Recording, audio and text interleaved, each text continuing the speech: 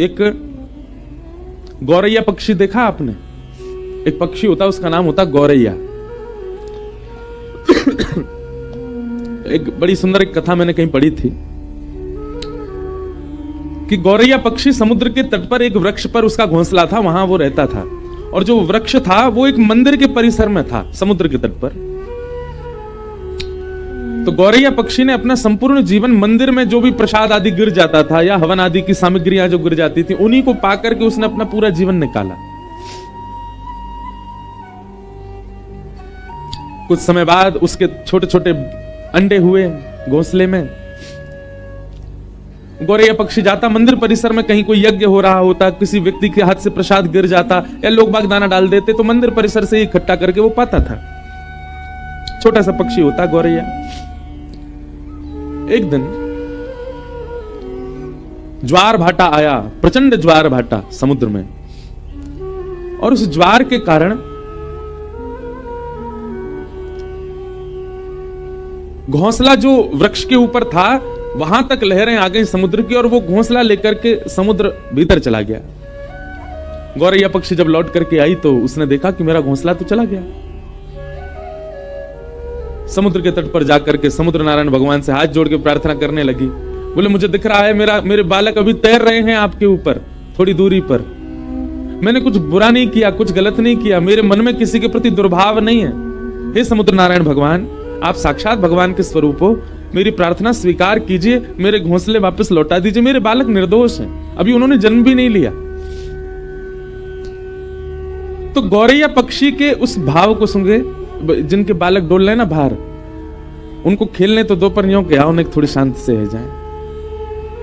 कोई के बालक नहीं है। मैया तेने खा ठानी मन में, बालक अपने छोड़ दिए वन में। अब बेचारी मैया यूं कह रही होगी मैं कायकोट के जाऊं, जगह तो बड़ी मुश्किल से मिली। तो गौरैया पक्षी जब समुद्र नारायण से प्रार्थना करने लगी और अपने भाव कहने लगी, तो वैसे तो समुद्र कभी प्रकट होते नहीं, पर आज प्रकट हो गए। और प्रकट होकर के समुद्र नारायण बोले हंसते हुए, गौरैया पक्षी तुम मुझसे प्रार्थना तो ऐसे कर रही हो जैसे तुम्हारा कोई अस्तित्व है दुनिया में। तो गौरैया बोली मतलब? बोले जितने जीव पृथ्वी पर रहते हैं ना, उससे कई लाख गुना ज्यादा जीव मेरे अंदर रहते हैं। इस प्रचंड ब्रह्मांड में कोई तुम्हारी आवाज सुन भी रहा है? तुम्हारा कोई अस्तित्व है जो तुम प्रार्थना कर रही हो मुझसे? तो गौरैया पक्षी बोली कहीं ना कहीं मेरे प्राण हैं और मैं जीवित हूं, इसका मतलब मेरा अस्तित्व है, मैं कह सकती हूं आपसे। समुद्र नारायण जोर से हंसने लगे। बोले राम जी प्रचंड सेना लेकर के आए थे, खूब प्रार्थना करी, तब भी मैंने मार्ग नहीं दिया। गौरैया बोली तो अंत तो गत्वा क्या किया ये भी पूरी दुनिया को पता है, सेतु बना दिया आपके ऊपर। समुद्र बोले सीधी बात है, मैं घोंसले वापस नहीं लौटाऊंगा, मेरा कोई स्तर है। मैं साक्षात ऐसे कोई चलता फिरता व्यक्ति नहीं, किसी की भी बात सुनकर के उसकी मनवांछित इच्छा पूरी करूंगा। मैं प्रचंड समुद्र हूं, इस पृथ्वी पर सबसे बड़ा राज्य मेरा है, और एक छोटे से पक्षी की बात सुनकर उसका घोंसला लौटाऊंगा मैं? गौरैया पक्षी बोली आपको वैसे तो लौटा देना चाहिए, पर फिर भी आप जिद करेंगे तो फिर मैं भी जिद पे आ जाऊंगी। तो समुद्र नारायण और ऐसे, तुम जिद करके क्या करोगी? बोले मैं आपको सुखा दूंगी। समुद्र नारायण खूब हंसे। बोले अच्छा है, अपने अहम में ही रहो तुम जीवन भर, छोटी सी पक्षी, दिखती भी नहीं हो तुम, एक लहर में भीतर ले जाऊंगा और मुझसे कह रही हो मुझे सिखाओगी? गौरैया बोली हाँ मैं सुखा दूंगी। कैसे सुखाओगी? तो गौरैया पक्षी जावे, छोटी सी वो छोटा सा वो पक्षी, इतनी सी उसकी चोंच, फिर वहां खला के फिर लौट के आ जाए। समुद्र नारायण हंसने लगे। बोले लगे रहो, बहुत बढ़िया, ऐसी जीवन निकल जाए तुम्हारा।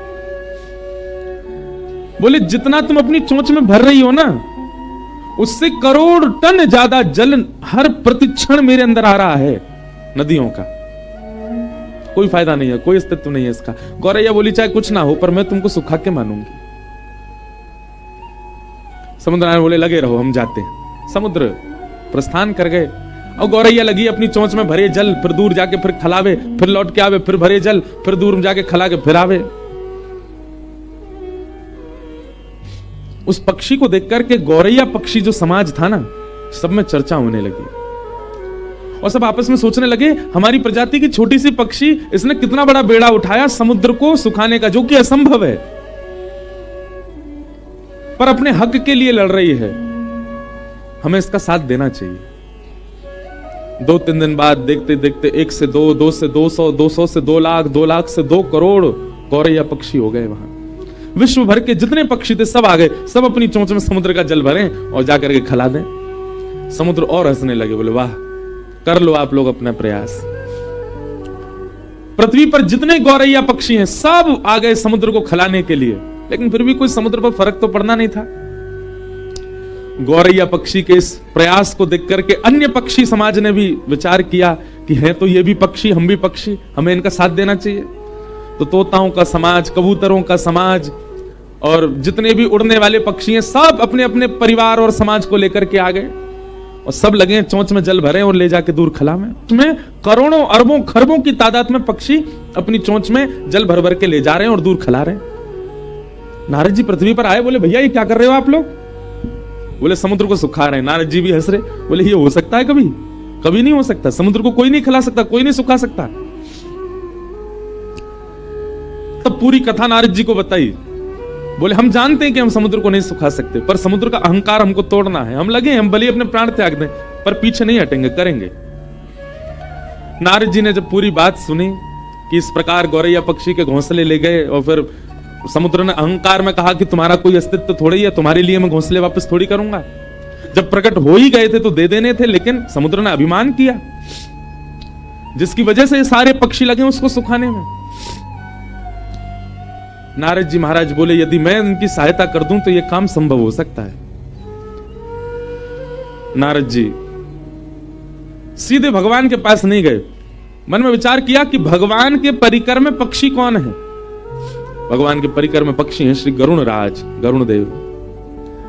गरुण जी के पास गए, बोले कि महाराज ये सारे पक्षी आपके अंश हैं और ये सब लगे आप यहां बैठ करके आनंद कर रहे हो। गरुण जी बोले मुझे समाचार तो मिला, लेकिन इससे कुछ होना नहीं है, तो क्या करें? बोले क्यों नहीं होना?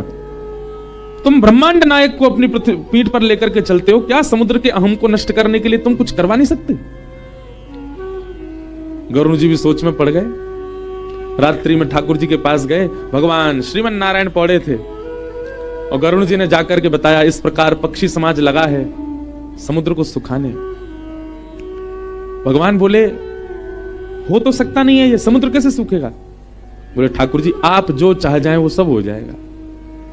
हम ये नहीं चाहते कि समुद्र सूखे, पर समुद्र का अहम नष्ट होना चाहिए। एक गौरैया पक्षी को उसने कैसे कह दिया कि तुम्हारा कोई अस्तित्व नहीं है? गरुण जी की बात सुनकर के ठाकुर जी भी बोले तो फिर क्या करना चाहिए बताओ? बोले नाथ आप यदि विचार मन बना लें केवल कि पक्षियों का मुझे संग करना है, अपने आप सब काम हो जाएगा। ठाकुर जी ने तुरंत अपने सुदर्शन जी को आज्ञा की, जाइए और 12 सूर्य के समान प्रकाशित होकर के समुद्र को तपाना प्रारंभ। एक सूर्य की तपन से समुद्र उड़ करके बादल बन जाता है। कहीं आकाश में 12 सूर्य 12 सूर्य प्रकट हो गए तो समुद्र को सूखने में देर नहीं लगेगी। सुदर्शन चक्र जी ने भगवान के हस्त कमल से प्रस्थान करके और इतनी द्रुत गति से अपने चक्र को घुमाया कि 12 सूर्यों के समान तेज प्रकट हो गया और घूमने के कारण उनसे निकलने वाला जो हवा का वेग था वो इतना तीव्र था कि वो पृथ्वी को भी उछाल सकते थे। आकाश में आकर के जैसे ही सुदर्शन जी ने अपने वेग को करना प्रारंभ किया और 12 सूर्यों के समान तेज प्रकट हुआ, जो समुद्र 100 वर्षों में उड़ करके कुछ बादल बना पाता था वो क्षण भर में उड़ने लगा और देखते ही देखते किनारे खाली होने लगे, समुद्र का जल सींचने लगा, इकट्ठा होने लगा, जीव जंतु मरने लगे, समुद्र इकट्ठा होकर के एक स्थान पर नष्ट होने लगा, पृथ्वी क्षेत्र बढ़ने लगा, समुद्र का क्षेत्र घटने लग गया। समुद्र ने जब ये स्थिति देखी स्वयं की, प्रकट हो गए, प्रकट होकर के त्राहिमाम कह करके नारायण का स्मरण किया। भगवान ने प्रकट होकर के समुद्र नारायण से कहा अहम शून्य हो जाइए, पृथ्वी पर जिसका स्वरूप बड़ा है उसका अस्तित्व होता है, ऐसा नहीं है। इस पृथ्वी पर यदि चींटी जीवित है तो उसका भी अस्तित्व है, उसकी रक्षा भी मैं कर रहा हूं। आप उसके प्रति भी ये भाव नहीं रख सकते कि उसका कोई अस्तित्व नहीं है। एक चींटी रहती है, वह भी बालकों को जन्म देती है। ठाकुर जी कहते हैं वहां भी मेरी दृष्टि जाती है, उसको भी मैं देखता हूं। इसलिए समुद्रदेव, आप अपने विकसित रूप का अभिमान मत कीजिए। गौरैया पक्षी भले ही रूप में छोटी हो, पर उसकी निष्ठा और उसका कर्तव्य इतना श्रेष्ठ है कि वो आपको सुखाने के लिए तत्पर है, और उसकी निष्ठा कर्तव्य से प्रसन्न होकर के मैं भी उसका संग दे रहा। समुद्र नारायण क्षमा मांगने लगे, बोले क्षमा कर दीजिए, मैं आज के बाद आपसे निवेदन करता हूं कि मैं कभी भी इस प्रकार के अहम में नहीं रहूंगा।